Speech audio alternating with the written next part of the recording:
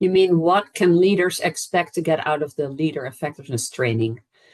Well, it really teaches leaders how to resolve differences without adding to the problem. It lets you have those difficult conversations with people, hold each other accountable without causing undue conflict, without alienating each other before it starts affecting the project or the working relationship. So it really teaches you how to be the best listener you can be, because people who master the art of listening, they definitely quickly earn the trust of their employees, but also their colleagues and their customers.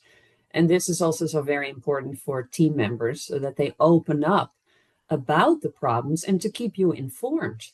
And last, I think that L.E.T is also making sure that leaders um, get problems to be resolved without necessarily solving everybody's problem, without micromanaging. And this is also important for the motivation and the job satisfaction of your team members.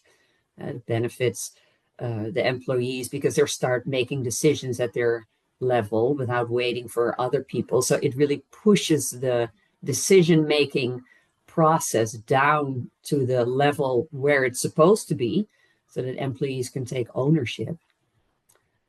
And ultimately, that leads to better solutions and higher employee satisfaction.